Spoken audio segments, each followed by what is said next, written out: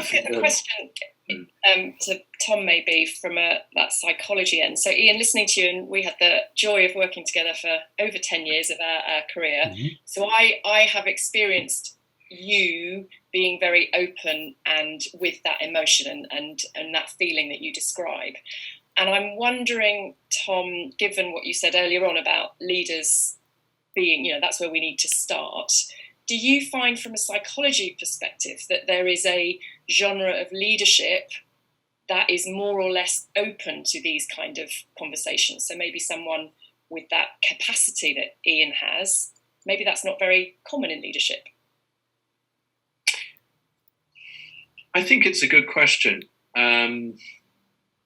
My perception is that a younger generation of leaders are more open and curious, but I don't think it's a rule of thumb necessarily. So in other words, there's a kind of a generational cultural difference, but at the same time, I can think of plenty of leaders who are a little bit older, who are at senior level, who are also curious, open, and recognise the impact that they have in terms of the culture that's set within the organisations that they lead. I'd like to come back actually to some of the points that you were making, Ian, and perhaps this touches on your question, Janine. But just thinking how important and powerful the notion of trust is. And I think that's a really interesting way of putting it, that fear is a very powerful way of shutting down creativity. Mm-hmm. It's also a very powerful way of shutting down open dialogue. So in other words, our capacity to communicate about what we notice going on at a deeper level that we're pretty sure is having an important bearing on the decision making. But because we're afraid to speak out, we can't talk about it. So we just can't go there. So you're shutting down two really important areas there. Your capacity to make clear, well-informed decisions and your capacity to come up with creative solutions, massively important. Can't overstate that. The trust part, I think, is really complicated. In fact, actually, I've just been writing something about this. I think when you think about trust, you have to consider the role that masks play in the way that people operate with each other and the way that they operate in organizations. And I'm thinking actually of a conversation that both you and I, Ian, were involved in end of last year, one of Mine Environment's leadership forums. Mm-hmm. The theme was trust. And we were talking about trust and masks. I think it touched on something very interesting there. But what I've been writing about recently is, to my mind, it's not possible to operate as an individual in relationships with other people in the world without some kind of mask. Because the basic reality is that as people, we've got all of this stuff that's going on beneath the surface, all of these interior voices that come from different places. Some of it's more rooted in emotion, some of it's logic, some of it's complete irrationality. And it's all moving around there. At the basic level as a human being, you're taking in a huge amount of data and you're filtering it constantly. So, beneath the surface, there's a kind of organized chaos. And there's organized chaos going on beneath the surface in me now as I'm trying to speak. There's all sorts of voices that are firing off. Mm-hmm. And so in order to mediate that, you have to present a mask when you're with other people, because that's what you engage with. We're all engaging with masks. And when you're talking about organizational life, we wear professional masks. They're governed by particular rules, again, unspoken contracts. I remember a phrase that came up in that forum at the end of last year where we were talking about trust was, how can we help people to unmask? Because if you can unmask, then you can trust. Trust is this sort of really fundamental glue for governing how effective relationships are, whether it's a team or whether it's a client relationship. But I think we hit a fundamental problem there, because as people, we're not predisposed to unmask. That's really frightening. So you've got to be able to create the conditions in which certainly being able to think reflectively about the mask that you're wearing can happen, and if necessary, that one can lift it to a certain degree so you can let other things happen. Because masks can be very restrictive. They can stop people thinking. They get into all sorts of defensive interplays. They shut down. They produce fear, anti-creative, all the rest of it. So I think, therefore, a fundamental question is, if one can help someone to understand the psychology of the mask that they're wearing, then you can help them to be more communicative. You can help them to navigate obstacles, be more creative, more purposeful, more meaningful, all of those kinds of things. And I think the basic conditions are trust and kindness. And often, group work, it can forget particularly that latter part, which is hugely important. And sorry, I'm going on this point slightly too long, but I'll try and wrap it up really quickly. Process is the other part. So, Ian, you were talking about sort of, bringing up from the depths of emotion. There's really interesting stuff that you can work with. And then you've got to do a bit of sculpting with that. You've got to use the intellect. And it's sort of, it reminds me of not that I'm a sculptor, I'm a terrible sculptor, actually, but working with a block of stone or whatever your material is, you're allowing it to reveal itself to you. And you've got to start off with a vision, which is, it's creative, it's intuitive, it's at the depths. If you're trying to find that at an intellectual, strategic, operational level, you can't find it. There's a wonderful analogy, actually, I'm just going to reach for the book, by this Irish psychiatrist, called Pat Bracken. And he uses a wonderful image, which is, the difference between the conscious mind and the unconscious mind is a little bit like walking in the countryside at night and you've got a torch.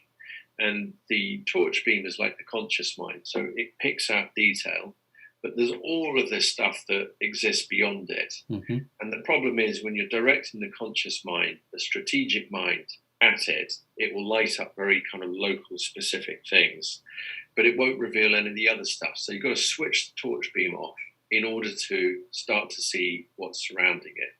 And then you can bring it back into the light, you can work with it. So back to that sculpture idea, you're going constantly back and forth, I think, between deep, creativity at that kind of level, bringing it up to intellect, what do other people think about this? Does it make sense to somebody else? Etc., etc. So they have to work in concert with each other. Sorry, that was a rather way of elaborating on the point. Love it. Well, the other thing that hinders creativity in organisations is the inability to articulate what the problem is. But that's probably for another session altogether. I think there's a tendency in this mindset that is perhaps unwilling to engage with personal vulnerability, etc., at leadership level. An unwillingness to spend time on working out what the problem is you're trying to solve, jumping to a solution so you can be seen to be leading, and setting people off in a train of work that is quite possibly going to be fruitless, that is highly emotional, etc. People, committing themselves on, on an intellectual and emotional level in trying to solve a problem which has been so poorly articulated in the first place that you're basically wasting your time. So I think this psychological understanding of the forces at play is unbelievably important for leaders to grapple with on a personal level, and at least to recognise, like, do I really know what I'm talking about? Am I prepared to say, I know we need to do whatever it is, I know we've got a challenge, I know we're being disrupted by another organisation, or I know that we need to change before we're disrupted, etc., etc. I just don't know how to get there, and I can't quite put that together. Can you help me? Can you help me? To me, that's leadership, but unfortunately, it's not seen as leadership, I think, by many people. And then see what that does is that, that it does a whole series of things, doesn't it? It suddenly opens up for other people to become engaged in the issue. It then potentially, we can end up getting talking about diversity and inclusivity. It starts to open the channels for that, to more diverse opinion, more inclusive opinion being brought in, expanding the toolbox that you have to play with in working out what the problem is and then solving it together. That's leadership. It's not weakness. And I think in so doing, you go quite a long way into being able to demonstrate the kind of foundations for that are required for leadership, for creativity, which is accepting vulnerability. And so I think that to borrow from Edward de Bono, who obviously passed away earlier this year, and he wasn't a character without controversy, but for me, his articulation of lateral thinking and vertical thinking is incredibly useful at an organisational level, and certainly at a leadership level, where there is a tendency to go straight for vertical thinking because it's deductive, it appears to be quicker, you get to a solution, and whatever that is, and then you set a chain of events in motion, and it feels like, whereas actually being able to articulate where you want to go, but accepting there may be 100 different ways of getting there, and all of them could be right, opens up so much more opportunity, creativity, other people's involvement. Incredibly motivating, I would think, for an organisation, particularly one where the staff are intrinsically motivated as opposed to extrinsically motivated, seeking some sort of reward. Actually, that tends to depress creativity as well, by the way. External reward. So, there are all these forces at play, but they I think, do culminate at leadership doing something about it. I think you're touching on a really important point about risk, which is, there's a lot invested in not going broader and deeper. And so when somebody comes to you with that question, how can you help me to do that? There is a risk involved. Whether it's a risk of, we're in terra firma, we know that it's not quite working, we need to do something differently, but at least it's known territory. And if we're to approach this in a different way, that goes broader and deeper, we're going to have to let go of some of these things that are kind of known tangible, some of the fundamentals. And, there's a little bit of risk at play there. That, I go back to the idea of the mask, that you're going to see beyond the mask, that the hierarchy may be called into question, particularly if the way that the hierarchy is invested is that model that you were talking about, which is I'm the leader, I'm the apex of this pyramid, and I should have all of the answers, because I believe that's what good leadership is. And I think you're rightly stating, it is a form of leadership, but I don't think it's a sustainable one. Mm-hmm.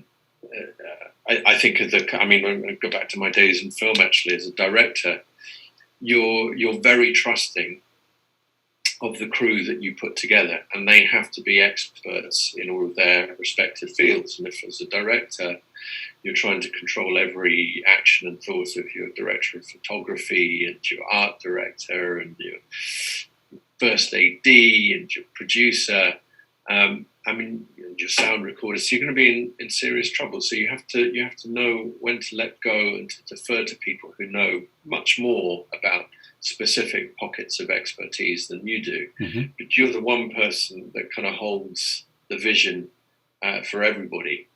But you've got to be able to trust to bring in all of that knowledge and expertise. And if you don't, then you're quashing creativity. Absolutely. And so, that is exactly it. I think your analogy to the film industry is really interesting, because there, you are creating something. It doesn't exist until it's been created. So, but to get there, the director or the writer, and then ultimately the director, is able to express a vision that galvanizes a massive organization of people that up to that point had no investment in it whatsoever. And yes, they're going to be earning some money. Some of them are going to be probably earning quite a lot of money, but most of them aren't. But you're able to not only engage them on the intellectual, logical, rational level, but you're speaking to their emotions to share this vision, to really get them on board and to get that extra buy-in, that extra level of commitment, that willingness to share ideas as part of that vision, etc. I think it's a very good analogy, actually. Ian, Tom, we've come to the end of our 45 minutes that you wanted to allocate, and I know that you could continue talking for hours. I can feel it, but you've covered so much, and that topic of the mind, creativity, and change, and what business leaders need to know about the secret life of emotions. I think you've given a really brilliant flavour of all of the complexity that's wrapped up in that, and I'm delighted that the universe made you two meet at the back end of last year, and I'm really excited to see what you end up creating together off the back of this.